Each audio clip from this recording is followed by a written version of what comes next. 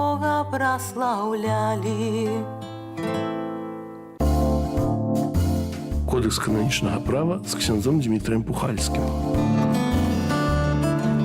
Пахвалёны Езус Христос, глыбока паважаныя нашы радыёслухачы, а таксама YouTube-гледачы.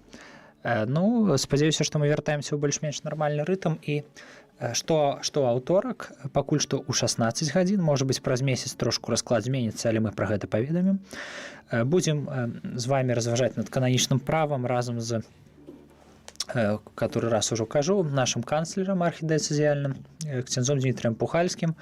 Таксама ён яшчэ і канонік, і пробашч Заслаўскай парафіі нараджэння Найсвяцейшай Панны Марыі.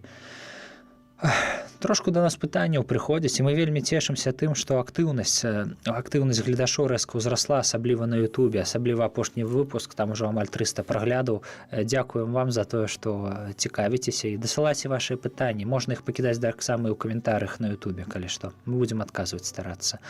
З некаторых пытанняў мы пачнем сённяшні выпуск. Яны паходзяць з такіх троху розных тэм, таму будзем закранаць іх, ну, што называецца, адно за адным.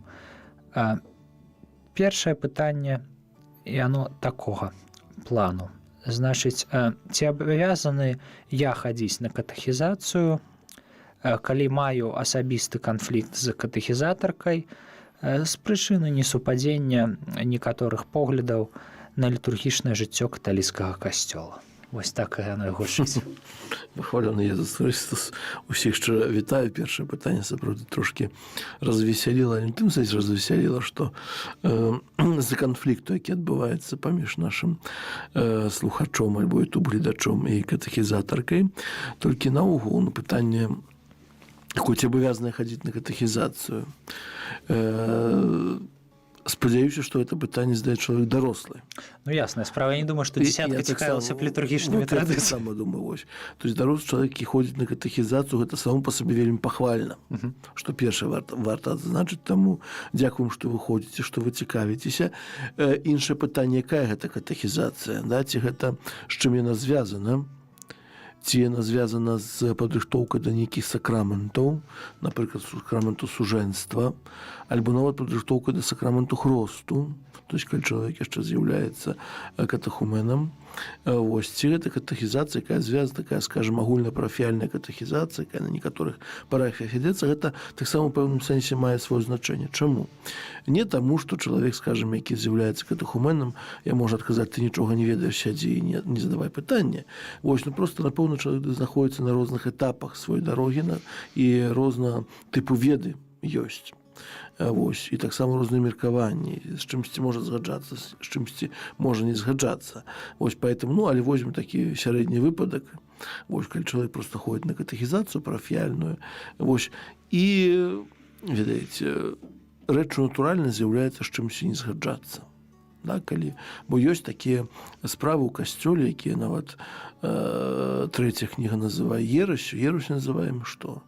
Тое, значыць, цвёрдае ўжо па прыняццю хросту, цвёрдае сумненне ў тых праўдах, у які трэба верыць верай Божай каталіцкай. Да? То есть это то, што сказано ў Святым Пісанні, тое, што абвязана касцёлам абвешчаныя дагматы і так далей. Я не думаю, што ў нашага паважанага слухача і катэхізатаркі пытанне канфлікту узнікае на пытанне, ці Езус Христос з'яўляецца сынам Марыі, альбо ці ён сапраўдны Бог і сапраўдны чалавек, альбо што ў яго там істота боская, людская, якіх на адносінах знаходзіцца. Сумняваюся. Калі кажам наконт літургічнага жыцця парафіі, ну, па-першае, трэба разумець, што кожны можа мець свае меркаванні. Вельмі часта гэтыя справы яны не прапісаныя. Да? Вельмі часта гэта справы там нейкіх літургічных рэчаў, яны, ну, скажем так, то, што мы называем літургічнымі, яшчэ таксама пытанне, мы не ведаем дакладна, наконт чаго гэта канфлікт, да? То есть яны могуць змяняцца ад парафіі да парафіі. Вось, калі мы вспомнілі ўжо сёння нашу Заслаўскую парафію, у Свята Маці Божай Грамнічнай у людзей было шмат пытанняў, як трэба. дзе трэба свечку палажыць, у якую это трымаць і сколькі запальваць, калі ўжо 5 свечак, да? То есть такія пытанні, якія не напісана пра гэта нідзе. Калі ты трымаеш у руцэ 5 свечак, ці ты адну павінен запальваць ці 5, няма такога, нідзе такое не будзе напісана. Вось і-за гэтага натуральна, што можа таксама узнікнуць канфлікт. Вось. Поэтому варта, значыць, на чым канфлікт палягае, і таксама памятаць, што ўсе мы людзі дарослыя. Так, все люди дарослыя. Вось як сустрэў адзін святар у Італіі нам расказваў, калі сустракаюцца два італьянскіх мафіёзі, вось, і ціснуць адзін другому руку, а іх там нейкі знаёмы, а вы што, не страляеце адзін другого? Страляюць слабыя людзі, мы моцна, мы заўсёды дамовімся. Вось таксама, пан Бог даў нам розум, вось, я не думаю, што пытанне нават літургічнага кшталту вартае таго, каб, псаваць адносіны з катэхізатаркай там ці шукаць. Заўсёды можна знайсці іншую парафію, калі это вялікі горад, вось, калі это Мінск. Калі гэта маленечкае мястэчка, то у другую трэба будзе ездзіць, гэта будзе каштаваць. Але ў прынцыпе, ці абавязаныя свецкія наведваць агульнапарафіяльную катэхізацыю? Такого абавязку няма. Значыць, абавязак такі, скажам, у сумленні ёсць чалавек, кожны вернік, ёсць абавязак верніка ўзрастаць у веры. Вельмі шырока ён прапісаны. Вось, у другой кнізе мы калісьці ўспаміналі пра гэта. Вось, якім чынам гэта будзе адбывацца? Ці ён сам будзе чытаць нейкія...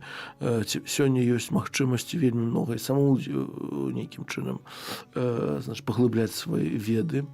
Вось, ці ён будзе хадзіць на катэхізацыю, ці ён будзе удзельнічаць у нейкіх онлайн-курсах альбо інтэрнэт-курсах. Гэта кодекс такога не прапісвае, не будзе прапісваць, вось якім чынам. Вось поэтому, калі ўжо такая сітуацыя склалася, што зусім няма ніякай дамовы, напэўна, можна пашукаць нейкія іншыя спосабы. Заўсёды варта канфліктаў пазбягаць, тое, аб чым гаворыць 7-я кніга. На кожным этапе судовага працэсу суддзя павінен імкнуцца таго, каб бакі прымірыць паміж сабой. Добра, дзякую. Другое пытанне у нас, яно цікавае, сапраўды цікавае. Яно датычыць, скажем так, межаў ультрамантанізму, калі яны ёсць. Так сказаць, гэта ўжо больш такое пытанне пайшло дагматычнае, але тут канкрэтна прававое, з яго вынікае. Нам вядома, што папа, рымскі пантыфік, з'яўляецца фактычна найвышэйшым носьбітам заканадаўчай, выканаўчай, іншых формаў улады ў каталіцкай царкве. Ён сапраўды ім з'яўляецца. Так, гэта факт. І вось мне здаюць такое цікавае пытанне. Гэта была дыскусія з аднім нашым усходнім семінарыстам, ён не супраць, каб я назваў яго імя. У іх там такая штука ва ўсходніх каталіцкіх цэрквах ёсць цікавая. Там патрыярхаў, там, дзе яны ёсць усходніх, іх абірае сінод біскупаў мясцовы, а папа проста зацвярджае. І гістарычна, калі там былі непаразуменні, гэта было пры блаславёным папу Піі IX, там было штосьці такое, не тое, каб схізма, але некаторае памкненне было, там Леў XIII потым урэгуляваў. Дык вось, калі б тады адбылася поўная схізма, то фактычна вынікала такая штука, што папа нібыта, мне так казалі, не мог узяць і, што называецца, не злажыць гэтых патрыярхаў. Ён мог проста аб'явіць гэтых патрыярхаў еретыкамі, схізматыкамі ці яшчэ кімсьці, і тады як бы сінод абавязаны быў бы абраць новага папу. Дыскутавалі мы доўга, я не думаю, што гэта будзе цікава нашым гледачам, але агульная сутнасць такая. Ці можа папа парушыць нейкі з канонаў кананічнага права, не змяняючы перад гэтым само кананічнае права? Вось так вось цікава. Пытанне вельмі цікавае. Таму што ясная справа, папа можа ўзяць нейкі канон змяніць і праз гадзіну пасля гэтага ці хоць праз хвіліну выдасць адпаведнае рашэнне, але ці можа ён проста закрываць вочы на каноны, ці гэта якраз такі ультрамантанізм той званы?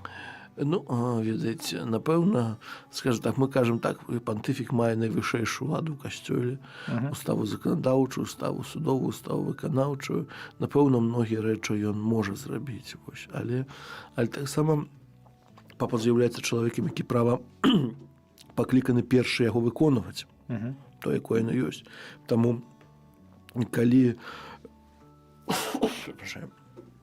ёсць нейкія прадпісанні права, то папа хутчэй яго будзе выконваць. Магчыма, змяненне нейкіх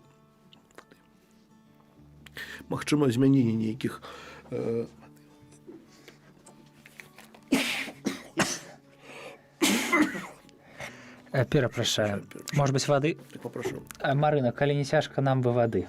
Тут Тарусь у ксенза Дмітрия такое, в принципе, служение, что он шмат размаўляе, тут часам такое здараецца. Вось, таму я не думаю, что... Ну, гарантую 100%, ніхто даць не можа, што пантафій ніколі так не паступіць. Вось. Ну, але спадзяемся, што не. А тэарэтычна гэта будзе мець моц? Ну, чаму не? Ну, ясно. То бок, фактычна... Понятно, что папа не может переступить Божие законы. Не, да? про Божие законы мы не кажем. Касцёльныя законы, ну, як он их установіў. Ясно. Але ў рэальнай сітуацыі адэкватнай папа спачатку зменіць кодекс, калі захоча. Ну, любые рашэнні, якія датычаць, скажем так, змены кодексу, змены права, разумееце, што папа не на сабо это ўсё прымае. Вось. Калі ёсць нейкая прычына для змены, напэўна, ведам, працуюць цэлыя кангрэгацыі асоб, спецыялістаў, якія з'яўляюцца, бо разумеем, што змяніць права не проста так, што папа раніцы прачнуўся, захацелася ім права памяняць, або нейкая сітуацыя, хтосьці прыйшоў, давайце дамовімся так альбо так. То ўсё-такі, калі нейкія змены ў праве адбываюцца, нават па кожнаму з тых пантыфікаў астатніх это бачна, ці это Ян Павел II, ці это Бенедыкт, ці это Францішак, вось, якія робяць змены ў праве, але, ну, понятно, што робіць ўжо настала, не то, што на адзін дзень. Вось, поэтому, ну, все-таки спадзяюся, што так яно і будзе далейшым.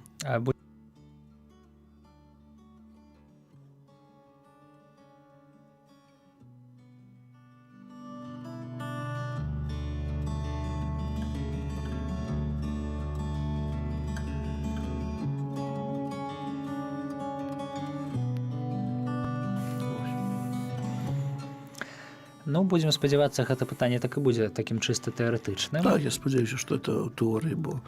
Але на практыцы выглядае так, што калі ён мае найвышэйшую ўладу, патэнцыйна, калі ён не пераступае Божае права, то такая магчымасць ёсць. Так выглядае. Ясна. Так, ну, з гэтым разабраліся.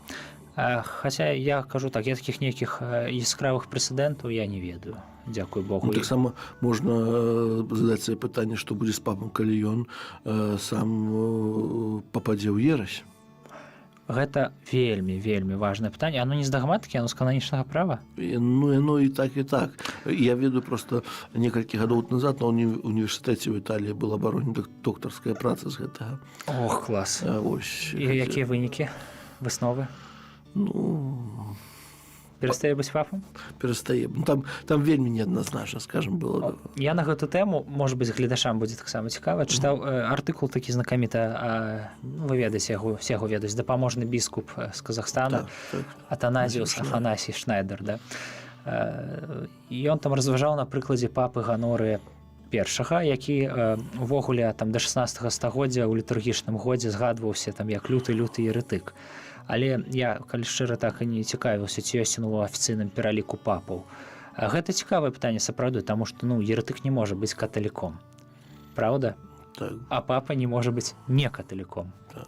Ну, еретык, чалавек, здзяйсняючы такое злачынства, ён, скажем так, пападае в экскамунікулята сентэнцыю, то 6-я кніга нам ужо кланяецца, пра якую, спадзяюся, пачнём некалі размову. Конечно, пачнём. Вось, і тады ўсе акты улады кіравання становяцца несапраўднымі. Той, хто здзейсніў экскамуніку. Ну, там ёсць яшчэ нюансы, яна павінна быць абвешчана, но это ўжо, як дойдзем на 6-й кнігі, думаю, што будзем гэтым займацца. Ну, в прынцыпе, пакуль што, скажем так, такое пытанне, ну, глобальна не стаіць, хаця некаторыя рашэнні некаторых рымскіх пантыфікаў можна трактаваць вельмі неадназначна, але пакуль што выглядае ўсё так, што менавіта ўсё ідзе ў такім поле неадназначных трактовак. Тут трэба разумець, што не ўсе рашэнні рымскіх папаў з'яўляюцца, бо могуць быць беспамылковымі. Конечно. Гэта трэба разумець. Некаторыя кажуць, чулі дзесьці пра дагмат бязгрэшнасці папы, думаю, што папа ўсё, што не сказаў, ўсё будзе бязгрэшна, ўсё будзе беспамылкова. Не, тут трэба памятаць пра гэта навучанне з катедры, памятаць пра той ранг кожнай праўды, якая ёсць, да? То есть ёсць рэчы, якія трэба ад крэдэндам, они называюць, рэчы, якія трэба верыць, верай Божай каталіцкай, як оно называюць. Ёсць рэчы ад крэдэнтам, якіх трэба прытрымлівацца. Папа гаворыць ужо розныя нюансы, нават беларуская мова перадае, у што трэба верыць, чаго трэба прытрымлівацца, а што трэба прымаць волей. То есть это ёсць розныя аспекты, і не ўсе рэчы, што папа гаворыць і прымае, мы маем, скажем так, абавязак прымаць як штосьці святое, да, што трэба верыць верай Божай каталіцкай. Не, гэта само сабой, але не, просто каб это разуменне было ў людзей. Так, гэта важны акцэнт, што непамыльнасць папы, яна вельмі абмежаваная тым званым экс-катедры ў пытаннях веры і маралі, а там потым узнікае такое пытанне, як вызначыць экс-катедру ў пытаннях веры і маралі, і што будзе ў спробах парушэння, але гэты догмат гістарычна быў адкрыты людзьмі не так даўно, таму паглядзім, што з гэтага будзе. Скажем так, я меў на увазе такую сітуацыю, калі папа проста адкрыта, зацята ўпарта, выдае некую, хай гэта будзе энцыкліка, экзгартацыя, што заўгодна, просто з нейкай лютай ерасю, абсалютна прамым тэкстам, не двухсэнсоўна напісана, якая выключае магчымасць нейкіх трактовак. Вось тады цікава, што будзе з папам. Таму што, сапраўды, былі сітуацыі, напрыклад, святыя нават, Ян Павел II і Павел VI, яны дапускалі сабе такое выказванне, як цэрквы-сёстры у дачыненні да каталіцкага касцёла і ўсходніх супольнасцей, якіх мы ведаем. Таксама касцёлу, усходніх касцёлаў. Яны казалі пра ўсходнія супольнасці, толькі яны казалі пра ўсходнія касцёлы. Так, і потым кангрэгацыя дактрыны веры, тады калі яшчэ быў Мюллер на чале, так, выдала тлумачэнне, якое было такое. Там такі агульны сэнс быў, што яны трошку не гэта мелі на ўвазе, ўсё ж такі гэта не цэрква-сёстры. Гэта дыпламатыя была. Можна такім чынам неяк гэта вырашаць, бо ў прынцыпе папа не абавязана быць беспамылковым у прамым такім зямным сэнсе, усе мы можам памыляцца. Там такая была выснова, што загуляліся ў дыпламатыю. Дыпламатыю і, можа, ў экуменізм трошку. Так, у экуменізм трошку. Але, спадзяюся, мы з вамі не дажывем да таго моманту, калі нейкі шалёны папа паспрабуе актыўна прасоўваць ерась проста вось. Я думаю, што не. Дух святым касцёлам трывае. Казаў яшчэ адзін італьянскі прафесор, калі нейкі папа хацеў сказаць ерась, ён ноччу паміраў. Дух святы не дапускаў да гэтага, каб ён. Не ведна, колькі это праўда, вось. Ёсць нейкія запісаныя выпадкі такія канкрэтныя? Я не ведаю. Не ведаеце? Гэта цікава было б даследаваць сапраўды, таму што, тут такое з аднаго боку страшна пабачыць, як гэта будзе, з іншага боку такая ёсць навуковая цікаўнасць. У мяне як у даследчыка, як бы гэта выглядала. Але з папам так больш-менш разабраліся, што ў прынцыпе тэарэтычна можа, але сітуацыя не зусім нармальная. Ёсць апошняе пытанне, даволі цікавае. Яно датычыць розніцы паміж манаскімі кангрэгацыямі, манаскімі ордэнамі і, значыць, кангрэгацыямі святарскімі, якія таксама у нас спрымаюцца як манаскі, але гэта іншая форма пасвячанага жыцця. І я чуў такое меркаванне, што нібыта калі нейкі манах ці айцец кангрэгацыі захоча заключыць шлюб з нейкай жанчыны, усё яму гэта надакушыць і махне ён рукой і не будзе праводзіць ніякіх кананічных працэсаў, бо ёсць, я так разумею, працэдуры і выхаду з ордэна, з кангрэгацыі, так і ўсё гэта можна зрабіць законна. І ён проста так скажа: ўсё, я больш да гэтага не датычны, адчапіцеся, і захоча жаніцца з нейкай дзяўчыны. Я чуў такое меркаванне, што у манаха з ордэна проста няма магчымасці здзейсніць вось гэты сакрамент. Ніяк. Нават пры умовах узаемнай згоды і так далей, і так далей. А нібыта у айца з кангрэгацыі такая магчымасць ёсць. Гэта, канешне, будзе недастойна, гэта будзе парушэнне ўсіх магчымых і немагчымых нормаў, статутаў, але такі шлюб будзе, так сказаць, сапраўдны. Я не надта ведаю, для чаго мне такое пытанне задалі, бо сапраўды сітуацыя ненармальная, калі ўжо ты монах ці айцец і хочаш, што называецца, сысці ў свет, жаніцца, жыць з жанчынай, трэба ісці законным шляхам. Але тэарэтычна гэта пытанне вельмі цікавае. Што нам пра гэта вядома? Скажу адразу трошкі я здзіўлены, не то, што здзіўлены такім пытаннем, пытанні розныя могуць быць, але тут много ўсяго накручана. І адкуль ўзялася такое, што айцец не можа з ордэнам не можа, з кангрэгацыяй можа. Скажем так, тое, што з ордэнамі кангрэгацыямі перадусім тут трэба, ну, мы трошки пачыналі казаць пра кансакраванае жыццё. Вось у большасці тых ордэнаў і кангрэгацый, якія працуюць у нас у Беларусі, так скажу, каб было проста, каб не ўваходзіць у, скажем так, зусім уже цёмны лес манаскіх адносін, большасць інстытуту кансакраванага жыцця, які ў нас працуюць, яны нічым не адрозніваюцца адзін другога. Ці гэта кангрэгацыі, ці гэта ордэны. Ну, так. Мне гэта пытанне задалі, бо нібыта ў гэтым і ёсць адрозненне ордэна ад кангрэгацыі. Я разумею, не. Адрозненне, напэўна, не ў гэтым. Так. Ордэны, так кажуць, астатні быў ордэн езуітаў, то, што было да езуітаў, то ордэны, то, што пасля езуітаў кангрэгацыі. Вось, у любым выпадку, калі мы гаворым пакуль пра гэтую наконт выйсця з ордэна... Я яшчэ хацеў падкрэсліць. Мы кажам пра сітуацыю пасля, ну, скажем так, аднаўлення у выніку другого Ватыканскага сабора. Бо дагэтуль адрозненняў было шмат. Мы цяпер кажам пра наш кодекс пра цяперашнюю, канешне. Напрыклад, возьмем айцоў кармелітаў і кангрэгацыю, напрыклад, сальзіянцаў. Чым яны адрозніваюцца? Шкаплер могуць даць. Ну, то это уже... А там Дон Боско. Не, ну гэта жарт. Першае, што якое яшчэ адрозненне, напэўна, мае рацыі быць, гэта у ордэна ёсць рэгула звычайна. Да, то есть пачынаючы старыя рэгулы, бенедыктынская рэгула, кармеліцкая, францішканская, дамініканская і так далей. У кангрэгацыі звычайна канстытуцыя толькі, то есть яна трошкі іншае значэнне мае. Ось, але і ў тых, і ў другіх на сённяшні дзень яны маюць тое, што называем манаскія абяцанні або шлюбы. Законныя, публічныя, да, то есть урачыстыя, вечныя у большасці. Ну, понятно, пасля у кожнага свой працэс фармацыі ідзе. Вось, калі ўжо пасля вечных шлюбаў, ці чалавек належыць да ордэну кармелітаў, ці да кангрэгацыі айцоў салезіянцаў, ці кагосьці іншае. Цяпер не хачу не пакрыўдзіць кармелітаў і салезіянцаў. Вось, але калі чалавек у гэтай сітуацыі захоча, скажем так, кінуць усё і пайсці ў свет, у іх дарога ёсць адна праз кангрэгацыю кансакраванага жыцця і праз дыспенсу святога айца. Окей, а гэта абсалютна. Што наконт сапраўднасці шлюбу? І ў такой сітуацыі кожны і аднаго і другого шлюб будзе сапраўдны. Ну гэта калі дадуць дыспенсу. Калі дадуць дыспенсу. Калі не дадуць дыспенсу, і ні аднаго, ні другого шлюб будзе несапраўдны. Чаму? Таму што это будзе называцца, таму што паколькі складанне вечных публічнага шлюба чыстасці, абяцання чыстасці, з'яўляецца перашкодай для заключэння сужэнства. І таму ў гэтай сітуацыі, калі такія людзі ідуць заключаць сужэнскі саюз, права называецца атентату матримонію, да, то есть яны ім пытаюцца заключыць сужэнскі саюз, да? Не ў тым сэнсе, што пытаюцца, не ведаю, там ідуць у ЗАГС, іх там па дарозе зваліўся, нагу паламаў, не пашоў, от хацеў, не дайшоў, не? Але ў тым сэнсе, што ён сам па сабе не здольны. Ну, гэта штосьці кшталту імітацыі такой. Нават не імітацыя, гэта тут проста чалавек не здольны, ёсць перашкода, якая перашкода зрываючая, якая не дае яму заключыць сужэнскі саюз.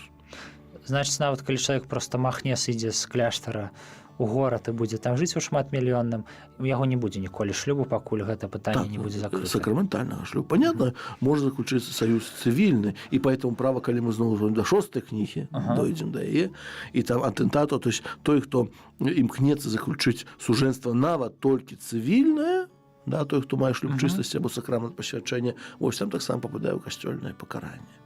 Вось, то есть нават толькі цывілі можа.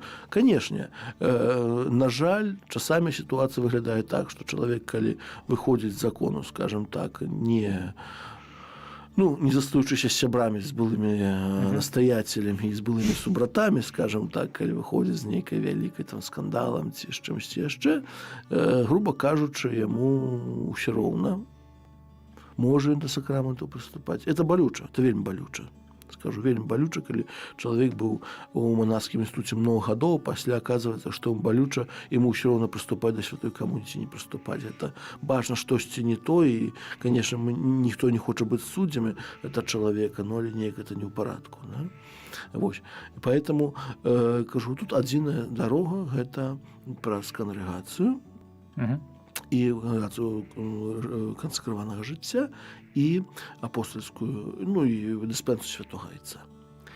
Але у чым мог быць яшчэ, скажем так, трошкі мець рацыю тая версія, пра якую вы казалі, бо ёсць, гэта мы ўсе кажам пра манаскія інстытуты папскага права.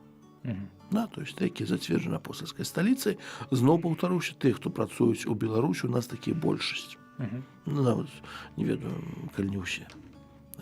Але акрамя гэтага у касцёле яшчэ такое паняцце, як інстытут кансакраванага жыцця дыяцэзіяльнага права. Это ты, які засновае біскуп? Так, ты, які засновае біскуп, і тады ўжо гэты біскуп мае ўладу даваць адпаведную, дыспенсу цэлібату не, але звальняцца з абяцанняў. Вось яно што. І тады ўжо, калі гэта быў, это можа быць жаночы нейкі інстытут, вось, часцей за ўсё такія жаночыя інстытут, ну, але можа быць і мужчынскія, вось. І тады ўжо ў гэтай сітуацыі, тады справу ўжо не трэба разглядаць у кангрэгацыі, тады ўжо дыцэзіяльны біскуп, але, кажу, гэта не датычыць дыспенса цэлібату. Калі это святар, заўсёды дыспенса святара дае святы Айцец. Калі это сестра законная, вось, альбо брат законны, тады да. Вось, можа быць, у гэтым цяпер мне прыходзіць такое. Ой, цікава. А ўвогуле якасьці практычная розніца цяпер паміж кангрэгацыяй і... Нема. Ёсць яшчэ то, што на таварыства апостальскага жыцця, ёсць там у іх іншая, скажем так, іншая форма манаскіх абяцанняў. Да, яны называюцца, можа, шлюбамі, яны неяк прысягай могуць называцца, бо штосьці іншае. Такі прыклад класічны для Беларусі тайцы палатыны. Да, то есть палатыны не з'яўляюцца кангрэгацыяй такім значэннем, то есть у іх няма манаскіх абяцанняў. Вось як, скажем так, у іншых кангрэгацый. Ну, это зноў-такі залежыць ад іх канстытуцыі. Так было зроблена іх заснавальнікам Вінсентам Палотці, ну, так у іх трывае ўжо там 150 гадоў, ці сколькі яно ёсць. Вось. І там ужо зноў-такі іншыя справы, тут ужо зноў-такі, ну, это папская правда, зноў праз кангрэгацыю трэба рабіць. А адзінае, што можа там тады вышэйшы настаяцель можа ад гэтых іх кангрэгацый, вышэйшы настаяцель можа звольніць ад абяцанняў. То есть там тонкасці у кожнай, скажем так, манаскай кангрэгацыі ёсць свае тонкасці ў канстытуцыях, якія проста трэба ведаць. Чым это другая кніга, трэцяя частка другой кнігі, вот Віта Кансакрата, да, то есть манаскае жыцця, інстытут манаскае жыцця, ёсць нейкія агульныя, скажем так, нормы для ўсіх інстытутаў, але большасць з іх гэта базуецца на ўласных канстытуцыях, альбо у выпадку з ардынамі гэта рэгулы. Ясна, дзякую. Ну, цікава, сапраўды цікава.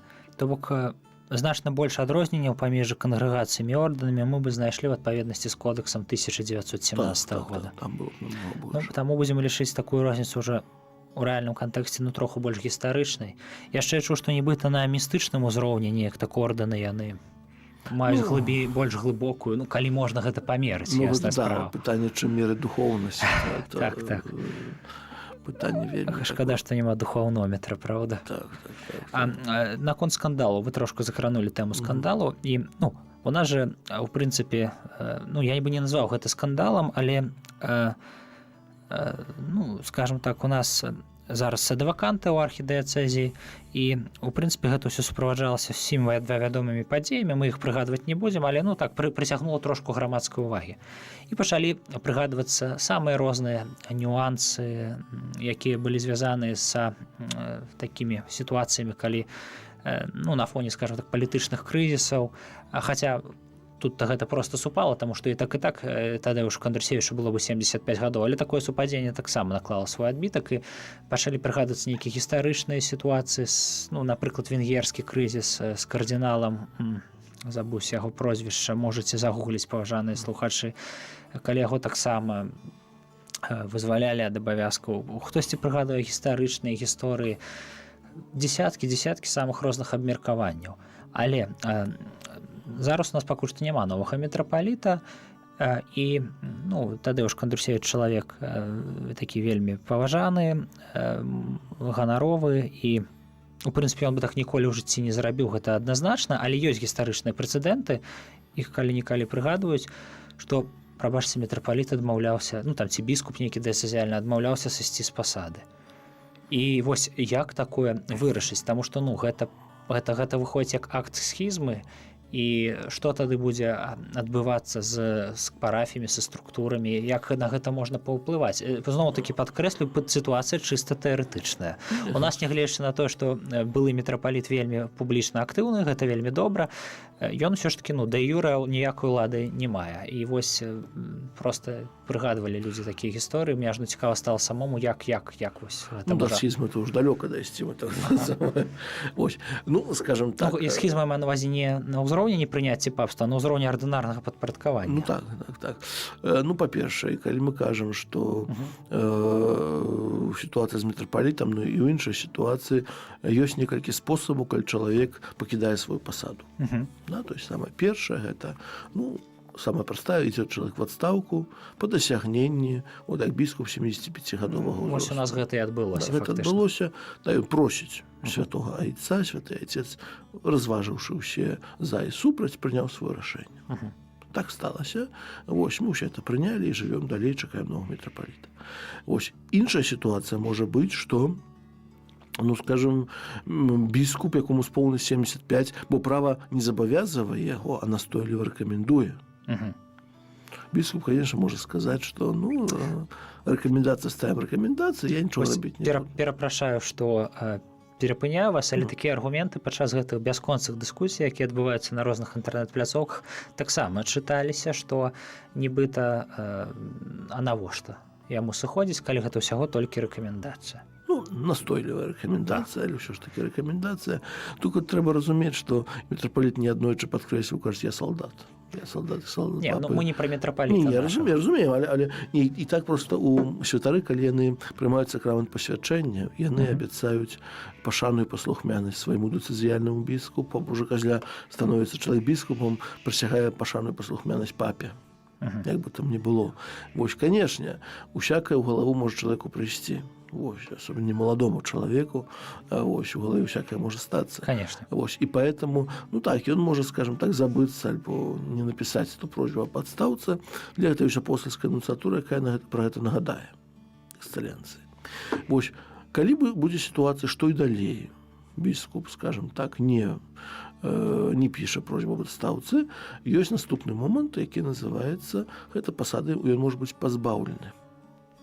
Папа своим рашэннем просто выдае дэкрэт, он не прымае адстаўку, просто пазбаўляе біскупа гэтай пасады. І тады ўжо наступнае пытанне, біскуп прымае гэта ці не прымае гэта. Конечно, падобна як у светскай сітуацыі, калі канфліктная сітуацыя, заўсёды просяць пішы па собственнаму желанию, да, то есть каб нікому. Окей, біскуп не прымае. Біскуп не прымае, тады ёсць наступнае. Так, зноў-такі усуванне, тады ўжо ёсць працэс намного, то, што называецца пакаральныя працэсы могуць быць праведзены ў адносін да біскупа. Вось яму можа быць забаронена служэнне, яму можа быць там забаронена пражываць на нейкай тэрыторыі. Нават так. Да, можа быць абавязак выехаць з нейкай тэрыторыі. Ты кажу, это мы разважанне тэарэтычна. Я просто зараз прыгадваю, што ў 6-й кнізе ёсць, у кнізе пакарання, якое пакаранне можа быць. Яшчэ дзе гэтае пытанне можа быць цікавае, калі ўзяць сітуацыю нашу з усім вядомым брацтвам святога Пія X, тут, в прынцыпе, яно чаму мае неурэгуляваны кананічны статус і не з'яўляецца схізмай дэ юра, бо фармальна яны нічога не парушаюць, усіх папаў прызнаюць, але адсутнічае вось гэта базавае падпарадкаванне на ўзроўні «я сказаў, ты зрабіў». Вось гэта з той жа оперы, фактычна. А калі няма такога базавага падпарадкавання «я сказаў, ты зрабіў», то гэта што, цягне проста касцёльную кару, правільна? Залежыць зноў-такі якой ступені это ўсё ідзе. Зноў-такі залежыць якой ступені. Калі на ўзроўні папа біскуп, то так. Пробашч вернік, напэўна, не. А папа прэсвітар гэта як? Папа прэсвітар таксама. Таксама, ўсё ж такі. Папу трэба слухацца. Ясна. Это цікава, таму і неурэгуляваны статус, а не схізма. Я думаю, што не то, што неурэгуляваны застаецца. Я думаю, што это адзіная прычына. Там ёсць іншая прычына. Не, там так, але проста тут такі юрыдычны аспект. Бо вельмі часта людзі кажуць, што гэта схізма. Не, схізму трэба ведаць, да, то есть схізма гэта канкрэтна адмова паслухмянасці рымскому пантыфіку, прыняцце яго і адмова таксама падтрымання адносін з тымі, хто прызнае яго папам. Это бок фактычна брацтва святога Пія X гэта частка каталіцкага касцёла. ну яна бунтуе, скажем так, будзем называць рэч сваімі імёнамі, але фармальна гэта няма ніякіх падстаў казаць, што гэта не так. Ну так. Таму што старакаталікі гэта ніяк не частка каталіцкага касцёла або садавакантысты таксама. Ну это уже, да. Это ўжо еретыкі і тыя. Ну, там больше схематики. І садавакантысты схематыкі? Треба глядзець. Мне здаецца, схематики больше. Ясна. Ну, старакаталікі то еретыкі, бо не вызнаюць жа 3 догматы. Ну, поэтому Ага, ясно. Так, поэтому треба глядзець. Цікава. Ну, але, у прынцыпе, ёсць спосаб паўплываць у касцёла на такога мяцежнага біскупа. Конечно. Касцёл 2000 гадоў трывае, брам пекельнага не перамогу. А вось глядзіць сітуацыя. Мяцежны біскуп зайшоў настолькі далёка, што яму твои ваши пакаральныя працэсы да лямпачкі. Ён кажа, што яго свернікі, якія яго фанаты, яго святары, якія яго падтрымліваюць, і ён кажа: папа, я цябе ўвогуле не буду слухацца. Тады што? Тады гэта ўжо... Ну, папа можа таксама на гэтых святароў біскупаў таксама пакаранне. А папа можа запрасіць, я не ведаю, як гэта, запрасіць пацверджанне лаяльнасці у нейкай форме, каб гэты мяцежны біскуп быў пастаўлены перад выбарам сысці ў схізму і не прызнаваць папу, або... Я думаю, можа. Сітуацыі вельмі рэдкія. Гэта рэдкія сітуацыі, потым не ведаюць, яны дзесьці прапісан, тут уже, напэўна... Звычайна гэта... Это уже, напэўна, у якіх там спецыяльных інструкцыях кангрэгацыі спраў біскупаў дзесьці, можа, ёсць. Думаю, што шырокаму колу вернікаў пра гэта невядома, ніколі гэта не пакажуць. Вось, ну, я кажу, гэта то, што мы цяпер тэарэтычна разважаем, это настолькі рэдкія сітуацыі. Ну так, яны больш гістарычныя, а пра тое, што сучаснае, вядома. Можа, у гісторыі штосьці здаралася такое, але не думаю, што гэта было штосьці. І ўсе сучасныя такія сітуацыі вельмі шырока вядомыя, але тэарэтычна мы разабраліся, што магло бы быць у такой сітуацыі, калі б на месцы нашага былога мітрапаліта быў бы нейкі чалавек, які бы там меў некую занадта моцную прагу да сваёй пасады, напрыклад. А я хацеў бы нагадаць слухачам, што венгерскі кардынал, якога я прыгадваў, меў імя Йожеф Минценти. Можете пачытаць пра яго артыкулы. Таксама вельмі цікавая гісторыя, калі чалавек сышоў у адстаўку на фоне палітычнага крызісу і таксама як бы многія параўноўвалі нават калі-нікалі беларускую сітуацыю з той. Хаця яны не параўнальныя. Усё ж такі трэба сказаць, што у Венгрыі ўсё было значна больш жорстка, было інакш. Так, у прынцыпе, з пытаннямі ўсё. А ўсё, што да мяне за тыдзень прыходзіла. Я вось думаю, можа быць, нам троху яшчэ закрануць некаторыя аспекты пасвячонага жыцця. Так, манацкага жыцця. Вось, напэўна, такі момант там, скажем так, тое, што я сказаў на пачатку, ёсць некаторыя агульныя моманты для ўсіх манаскіх ардэноў, кангрэгацый. Вось, напэўна, першае это пытанне фармацыі. У кожнага манаскага ордэну ёсць такі першы перыяд фармацыі, які называецца навіцыят.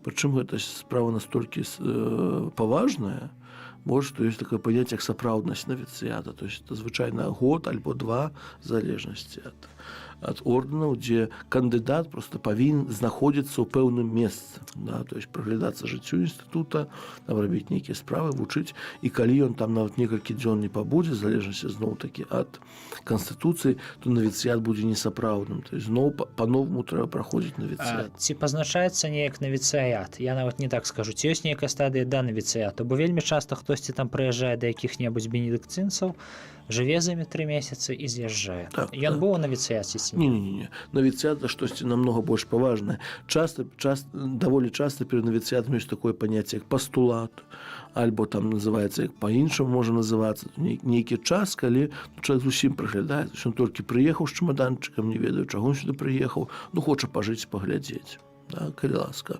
Тут зноў-такі кожны ордэн вызначаюць свае межы гэтага, сколькі гэта будзе дліцца, як, скажем так, глыбока кандыдат можа ўвайсці. Бо сёння таксама невядома, хто можа прыехаць і сказаць: я хочу з вамі жыць. Понятно, наколькі, куды яго ўпусціць, куды не ўпусціць, вось тут уже іншыя справы. Але навіцыят заўсёды гэта ўжо рэч сапраўды намнога больш паважная. Нават кодэкс робіць абмежаванне, што калі хтосьці пачынае навіцыят маладзейшы там за 18 гадоў, то навіцыят будзе несапраўдны. Аж так. То есть это сапраўды штосьці сапраўды важнае. Ці прапісаная абавязковая працягласць навіцыяту ў кодексе? У кодексе не, але у кожным сваё. Звычайна гэта каля года. Год мінімум. Ясна. Год у жаночых часта 2 у жаночых інстытутах манаскіх. А што ідзе пасля навіцыяту? Зноў-такі залежыць. Калі гэта мужчынскія ордэны, часцей за ўсё вучоба як у семінарыі, філасофія, тэалогія. Вось калі жаночыя, часта генерат які-небудзь, яшчэ нейкі далейшы этап Як фармацыі. гэта называецца? У юніорат, юніорат. у некаторых так, у некаторых вельмі по-рознаму это называецца. Гэта абавязковая вучоба? Гэта ўжо нават не столькі вучоба, колькі далейшы этапы фармацыі. Бо фармацыя, бо зноў-такі фармацыя ў кляштарах манацкіх гэта не семінарыйная фармацыя. Да, то есть тыя, хто хочуць быць святарамі, у ордэнах манацкіх, да, тыя таксама павінны прайсці ўсю гэту працэдуру, да, то есть 6 гадоў, мінімум 4, але 4 зусім там, калі пазволяць, вось, то есть это 2 гады філасофіі, 4 тэалогіі павінна быць, павінны ўсе экзамены здаць і гэтак далей. То есть тут ўжо павінна быць поўная, скажем так, поўны працэс навучання.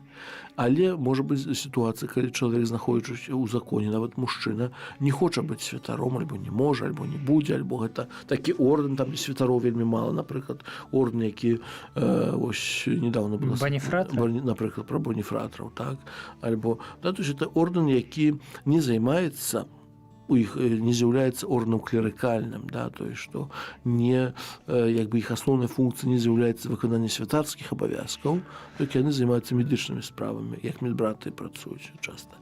Вось, і тады ўжо понятно, што у той сітуацыі няма фармацыі, скажем, чыста святарскай. Да, то есть, калі это боніфратры, у них некая медычная фармацыя, дзе яны там заканчваюць, чи медвучылішчы, вельмі часта на ўзроўні медбратоў працуюць, адукацыю маюць, медсёстры, медбраты. Я чуў пра некалькіх урачоў боніфратраў. Ну, магчыма, не забаронена. Так, не забаронена. Гэта ўжо вырашае пытанне. Толькі як таму што кажу, што ўжо няма такой, скажем, фармацыі, як у семінарыі. Ясна. У семінарыі гэта з'яльна і для монахаў тых, хто хоча быць святарамі. Вы скажыце, калі мы перайдзем, у нас вельмі часта тэарэтычныя пытанні, фактычна тое, што мы тут мяркоўвалі пра мяцежнага біскупа. Цяжка уявіць у 21 стагоддзі сапраўды такое. Там вось у перыяд цёмных вякоў лёгка, а цяпер не. І ўсё ж, калі перайсці такога практычнага пытання, навіцыят і іншыя ступені, это ж не проста знаходжанне пэўны перыяд у супольнасці. Ці ёсць там некаторыя правілы, якія рэгулююць паводзіны ў гэтым навіцыяце, абавязкі, нейкія духоўныя практыкаванні, напэўна? Конечно. Для гэтага ясна, што это не просто час, калі чалавек як у вязніцы сядзіць, нікуды не можа. А многія думаюць так. Не, я разумею, што многія думаюць, што сам кляштар это вязніца, да, то есть поэтому ёсць вядомая гісторыя з другой сусветнай вайны, калі савецкія войскі недзе там пад Кракавам зайшлі нейкі жаночы манастыр закрыты, вось там ўсё зламалі, ты краты, за якімі монашкі сядзелі і крычаць: "Женщины, вы свободны, выходите", да, то есть вот это описана гісторыя была, вось, я уже не памятаю, які кляштар, але гэта было. І сапраўды некаторыя думаюць, што кляштар это вязніца, поэтому да картезіанцаў зайсці, вы свабодны выходзіце. Женщины, вы свободны выходите. А ён пайшоў далей маліцца брыяры. Так, вось, поэтому тут вось понятно, што для чаго это навіцыят патрэбен, да, то есть пасля ідзе другая вось гэта ступень, якая яна ж можа быць не ва ўсіх. Адразу пасля навіцыяту, ў прынцыпе, могуць быць першыя. Так, і звычайна так ёсць. Першыя манаскія абяцанні звычайна пасля навіцыяту. Кажу звычайна, бо зноў-такі ў некаторых манаскіх інстытутах можа быць па-рознаму. І далей вось гэтыя манаскія абяцанні, яны ўсё ж такі ад 6 до 9 гадоў часцей за ўсё могуць быць часовымі, і бываюць часовымі. Да? Ёсць некаторыя кангрэгацыі, да, і там, дзе манаскія абяцанні, напрыклад, за ўсё жыццё на год складаюць. Ага, увогуле безвечных. Безвечных, такія ёсць. А вось практычна. Што гэта значыць практычна? Што скончыўся гэты тэрмін, так, і я сышоў спакойна. Можа спакойна сысці. Так. Без дакументаў, без нічога. Так, спакойна можа ісці. Таксама і часовыя, да? Тут скончыўся часовы, калі ласка, можаш ісці. Пасля часовых ідуць вечныя. Там ужо вечныя ідуць, так. Праз які перыяд жыць? Звычайна, 6-9 гадоў ад першых шлюбаў. Задам такое трошку пытанне, не то, што асабістае да вас, але асабістае да людзей, скажем так, з кліру, для духоўных, вогуле, да людзей з царкоўных структур рымскага абраду. Бо ва ўсходніх абрадах усё значна прасцей, там звычайна справа ў жонцы. Чаму так мала, скажем так, прэсвітараў рымска-каталіцкіх абіраюць все-таки шлях законнага жыцця? З чым гэта найчасцей звязана, як на вашу асабістую думку? Са ступенню свабоды? Ці з маёмасцю, ці як? Бо і так, вы фактычна... Адкуль узялі, што мала? У нас Ну, у нас процентаў колькі у нас там у нас у дыцэзіі 50 на 50. 63 на 63. у Расіі ўвогуле там 90 на 10 у пользу законнікаў, але у прынцыпе калі паглядзець сусветную статыстыку, то большасць святароў все ж таки з'яўляюцца дэцызіяльнымі. Ну, напэўна, можа быць зусім рознае. Напэўна, кожны павінен за сябе адказаць. Па-першае, два зусім розныя пакліканні. Сур'ёзна? Конечно. Пакліканне манаскае, пакліканне дэцызіяльнага святара зусім розныя пакліканні. Вось, у мяне ёсць шмат сяброў манахаў, вось. Мы сябруем, вось, але я па манастыры не быў бы, і дня не правыў бы там у якасці, скажем так, манаха. Ну, напэўна, кожнага сваё. Хутчэй за ўсё справа ў ступенях свабоды, калі так І паглядзець. гэта таксама ёсць. Вось, хаця тут заўсёды палка о двух канцах. Палка о двух канцах. З аднаго боку ступень свабоды, з другого ступень адказнасці. Можна у кляштары прабыць, скажем так, ўсё жыццё ні за што не адказваць. Можна. Вось. І можна у дыцэзіі прабыць усё жыццё пастаянна за штосьці, нават за самога сябе перадусім. Ясна. І яшчэ такое пытанне наконт вечных шлюбаў.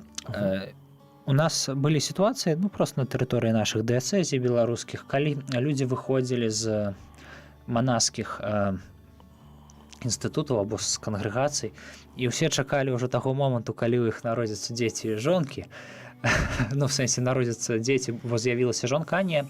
Яны заставаліся дыяцэзіяльнымі святарамі, працягвалі служэнне ў рымска-каталіцкай царкве ў якасці звычайных дыяцэзіяльных ксяндзоў. І з'яўляецца такое пытанне. Ну, для нас, для свецкіх, гэта вельмі незвычайная сітуацыя, бо мы сапраўды трошку аб'ядноўваем у галаве манаскае пакліканне са святарскім. Так, і калі кінуў, то кінуў усё. А тут выходзіць, што кінуў не ўсё. Кінуў толькі манастыр, а ксяндзом застаўся. Дык ці ёсць такія законы, з якіх немагчыма выйсці? Де юра, де-факта ясна, ты можаш бегчы ў лес і... Ясна, што ніхто нікога на сілу трымаць нідзе не будзе. А каб юрыдычна не было магчымасці выйсці? Я не думаю, што такое ёсць. Бо ўсё ж такі, касцёл навучае в свабодзе чалавека, нават калі гэта. Чалавек прымае нейкае рашэнне, яго трэба ўшанаваць. Камусь не падабаецца, не падабаецца. Вось, адзін мне стары монах, не скажу, якого города, расказаў такую сітуацыю. Кажуць, вось, цяпер понялі моду ўхадзіць з законаў. Раней вы думалі, для чаго пограбе ў законах былі? Калі хтосьці надумаў уцячы, у склеп яго на 2 тыдні жаданне прападае. І не было размовы аб таком уцячы. Гэта можа быць праўдай? Не ведаю. У прынцыпе, можа, чаму не? Чаму не? Цікава. Што яшчэ мы можам сказаць пра законнікаў? Поэтому, можа, вяртаюсь да пытання, справа, якую права прадугледжвае спакойна, калі монах становіцца дыцэзіяльным святаром, або дыцэзіяльны становіцца монахам. Права прадугледжвае ту сітуацыю, нічога надзвычайнага не маюць, пэўныя этапы, якія трэба прайсці, вось, і чалавек застаецца быць святаром. Я хацеў бы яшчэ спытаць, у нас уже скончваецца час, што мы будзем у наступны раз абмяркоўваць, бо ў прынцыпе манаскае пасвячонае жыццё гэта такая юрыдычная тэма. Тут з аднаго боку, калі так паверхнёва, то мы сказалі ўсё, а з іншага боку, калі браць штосьці канкрэтна, тут можна закапацца на некалькі дзесяцігоддзяў. Таму ці скончваем мы або працягнем?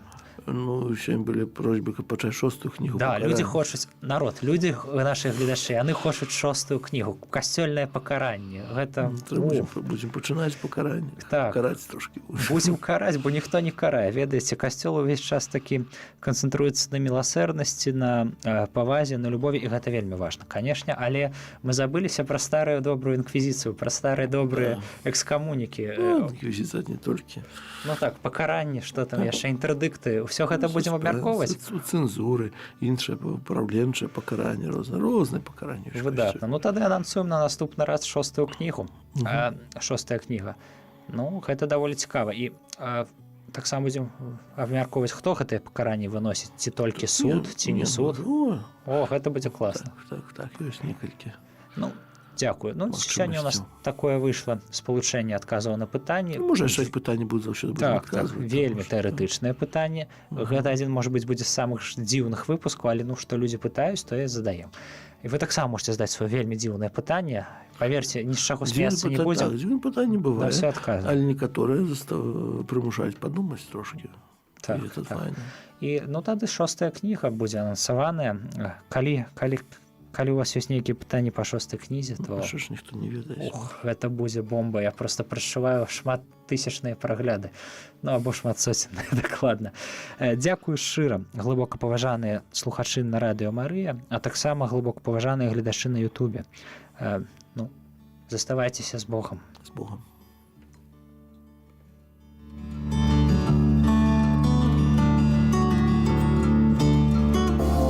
Вы слухали перадачу «Кодекс кананічнага права» з ксяндзом